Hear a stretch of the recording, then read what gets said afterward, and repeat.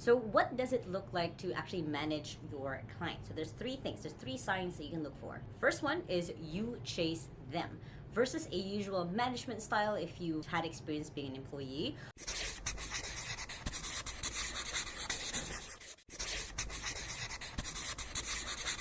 Hey there and welcome back to my YouTube channel. Now my goal set at this video is to walk you through what is the process of being able to manage your clients as a virtual assistant. Now if this is your first time on my channel, my name is Lacaba. I've been working from home since I was 15 years old and now run my own virtual assistant company here in the Philippines. And I post videos every Sunday and Thursday on how to work from home and how to run business from home. So make sure to hit the subscribe button right there so you don't miss any of my videos. Now when it comes to you being a virtual assistant, client management is going to be one of your top tasks.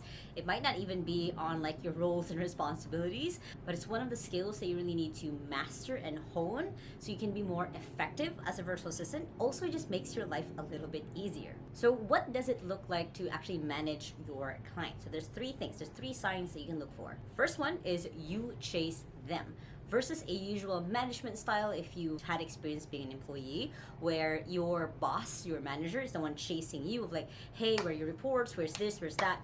It's reverse. You are managing them, whether it's telling your client actually what to do or just hinting of them like, hey, where are we at on this? Because you are making sure that they show up with the results that they need in their business. One of the biggest differences between you being a virtual assistant or when you were just an employee working under a team or a manager is that when you're working with a business owner, there's a lot of priorities. There's a lot of projects and things that they're juggling. So you as a virtual assistant, as one of the goals is helping them kind of relieve that stress, you are managing them. Again, whether it's you're making sure that they, hey, you have this meeting in 10 minutes, are you going to be able to attend? So I can send the person a warning if you're not able to, or like, hey, have you seen this email yet? Or, hey, what's the update on this project? I really need to want to move this forward. So you are chasing them, they're not chasing you.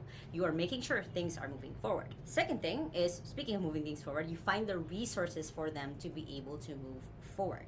Again, you're trying to make it easier for them to have less steps so things can keep moving, because again, when you're a business owner, you have too many distractions, too many projects, too many things that you're keeping track, that having someone to just tell you what to do next is super helpful. And I can't stress that enough as a business owner myself. So as a really great example, one of our marketing admins was just like, hey, can you make me admin for this Instagram account that you have? Here are the steps. So her literally going into and looking for the resources so it's easy for me to follow step by step what to do next was brilliant, because then I knew what to do next. I didn't have to think on my own, which would have meant I would have experimented, I would have researched myself. She got what she needed and we were able to move things forward. So she got me the resource that I needed to move things along so then I wasn't a bottleneck to what she needed to get done. And the third one is basically you're able to set up systems to make things easier for them and yourself. What I mean by this is, as just a perfect example, email management, you've set up a really easy system for them to see the emails that they're supposed to be looking at and emails that you've taken care of. There's that system. There's also on the calendar side, they're easily able to see or their top meetings for the day, what their priorities are the day. So you've already inserted different things. Now this will look different per client, per person that you work with, what works well with both of you. Point of this is that you're starting to look and take initiative of like, oh yeah, we need to make sure that this is set up here, so then to avoid these kinds of confusions in the future. So then how do you actually manage your client? There's a few steps or a few key things that I would go through in this video. First one is set expectations and boundaries. So you have to talk to your client maybe at the first time that you guys are meeting on the onboarding. It could be during every month you guys have a review, but you want to set expectations on what are the goals, what are the things that they want to get done, what are their priorities, and what do they expect from you. Is it that you're running this whole project by yourself and just getting resources from them? Is it that you're co-doing this project, or is it their project, they just need your help to track it? So it could be a variety of different things, but you're setting expectations on what are the things that they think you should be doing so you can match that. A lot of the time we forget to do this in the very start and we end up giving 100% of like on this one thing, but it wasn't what the client was actually expecting. So you want to have that at the very beginning. The next thing again is just setting your boundaries. So letting them know like, hey, I'm available from this to this, and then I'll take a break, and then I'm available here to here. The reason why you want to do this is as you want to become more reliable with your clients, this is managing them because they know when you would be available, when you bring them back, and then also when you would take breaks, so then they don't have to feel like, oh, I don't want to send this right now. They can send it, they know when you're going to check next. You're making it easier for them to when to expect replies, when to expect things to move forward, because you set those boundaries. Next is you want to make sure that you observe and take initiative. It has to be that, again, that combo. So on your first few days, on your first few weeks, months maybe with your client, you want to make sure you observe what are the bottlenecks that they go through, what are things that stop them from getting to where they want to be, what are the recurring problems that they face in their business. And this could even be something that you ask them right off the bat during that expectation and boundary setting. So the reason why you want to do this is then you want to, again, it's observe and then take initiative. How can we solve this? How can we make this easier moving forward so it doesn't become a bottleneck or headache? Again, it's setting systems that makes it easier for you and for your client to work better, because if you just kind of let them keep being problems, it's also going to be your problem because it's going to frustrate you. You're going to be like, oh my god, it's happening over and over again. So you want to make sure, again, you observe and you take initiative on the right action to make sure that it doesn't happen again in the future. Next thing you can do is start managing input. Now what I mean by input is anything that goes into your client's basically peripheral vision. So what I mean by this is this could be emails, this could be chats, this could be calendar invites or people wanting to book calendar invites. This could also be social media. This could be them wanting to jump on the new trend or them wanting to go into and focus on this one platform. So those are what I call inputs. These are new, this could be ideas, this could be inputs from other people. And what I mean by manage inputs is you want to be the one to filter them. You want to be able to filter the ideas and be able to ask them, okay, if you want to start this project, is it okay to drop this? Or does this actually help align with the rest of what we're trying to do with the company? Again, this is managing your client so then you're able to move forward to what they've already set anyway in the expectations or the goals. Managing input could also be just filtering emails, again, email management, calendar management, social media management, you being the one to give them the information that they need as you're managing their social media. So it could vary from one thing to the other, but again, you're managing that input. Next is you want to make sure that you manage your to-do list. Now, I have a ton of videos on how to create your to-do list, how to plan your day as a virtual assistant. You guys can check all of that out. But what I mean by this is making sure that you keep it up to date. You keep it clean. If you've studied the book Getting Things Done, you capture things as they come in. You filter, again, you also filter your own input and make sure that you're only putting the things that matter. And you're able to, again, keep it up to date where your client can look at it like, oh, okay, I can add this task. And they have too many tasks right now. I'll ask them if they want to add this. It kind of becomes one of the communication tools that you have with your client. Next to that is managing your client's to-do list. Now, I have also a whole video on how a client can set up a to-do list with a virtual assistant. You guys can send that to your client as well. But basically what I mean by this is you're able to see what are the priorities that they're doing, and again, following up with them on what they're supposed to do next. It could be like, hey, I see this priority on your to-do list that's been there since Monday. It's already Thursday. Where is this at? Like, do you need any support on this to be able to move this forward? Again, you're managing them. It's the same thing as managing your own to-do list. You're keeping it up to date.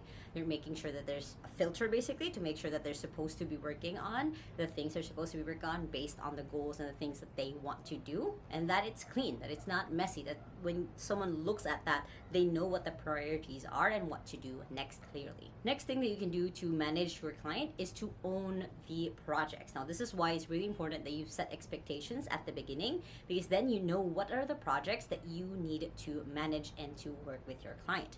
The reason for this is, again, you don't want to put 100% of effort on this one thing, but it was actually this other thing that your client needed you to be focused on.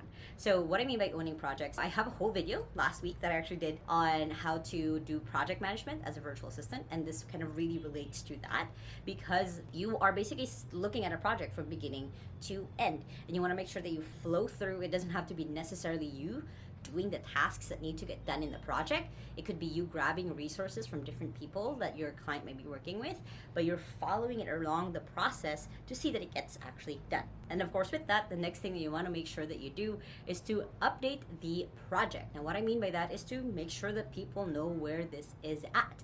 Again, you're managing your client, so you want to make sure that you are kind of moving ahead of your client, of like before they even ask for an update, is that you got it, you're handling it, you're making sure that this already is in the front of whatever communication channel that you guys are using. Next thing you can do is to manage your time. Now this is really important as a virtual assistant, is that you are able to have different time slots maybe in your calendar that you've already set. Again, one of the practices that I subscribe to is time blocking out, okay, I'm gonna work on this main project at this time, I'm gonna work on this next main project at this time, so I'm going through all of that. And that's for me.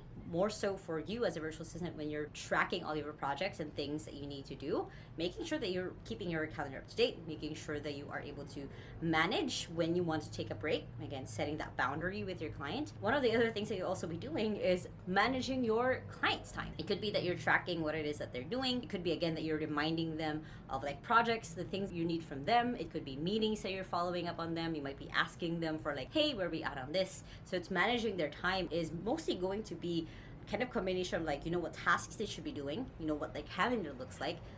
Are they actually being able to do this? Can you provide them with different solutions if they're stuck on something? And have that back and forth of making sure that they're just efficient on what it is that they're supposed to be doing. And of course, you need to learn how to be flexible for changes. So part of running a business or growing a business is sometimes you might have plan A written out, plan B outlined, plan C kind of really rough, you've only written out the title, and you have to go with plan D, because usually in a business, a lot of things can change almost overnight, almost at the next hour, just because opportunities come up or opportunities were lost. So you have to keep in mind that you have to not be married or attached to a project or a goal, because again, it can change at any point based on the trajectory of the business. You're working directly with the business owner, and with that, you seeing the ups and downs of a business versus if you were just working with a team and you were managed by someone few levels higher is going to be the business owner. You're able to see that more closely, which brings me to the really important thing to manage your client and also be able to deal with that flexibility, is to document everything. Now, what I mean by this is creating standard operating procedures for you and your client on the projects and tasks, on where things are at, on the updates, on what are the resources that you guys used, how you did certain things, because later on, this will be very important, especially if a project or a task becomes something that's recurring. It's going to be easy for you to train someone else to do this. It becomes a checklist for you to follow through. So then again, you're setting up systems to make it easier for the both of you to keep working together. And finally, and this is the most important thing when it comes to managing your clients, take care of yourself. Make sure that you take breaks, make sure that you do something fun, you make sure that you focus on your own strengths as well when you're working with your client. There's no sense of pushing yourself to be a numbers person and tell your clients, I got this, I'll learn how to be a numbers person, when you're really great at the creation side. I want to make sure that you grow yourself in a lot of different ways. Again, it's all part of taking care of yourself, because then you can't pour from an empty cup, so then you can give that back as you're taking care of your client. Now, if you guys like this video, make sure to hit the thumbs up button right there and comment below what are the ways that you take care of your client. I would love to know. And if you still haven't yet, make sure to hit the subscribe button right there so don't miss any of my videos every Sunday and Thursday on how to work from home and how to have a business from home, which you guys can check out those two playlists right here and the latest video right here. I hope you guys have an awesome day, and remember that small steps matters, and I'll see you in the next video. Bye!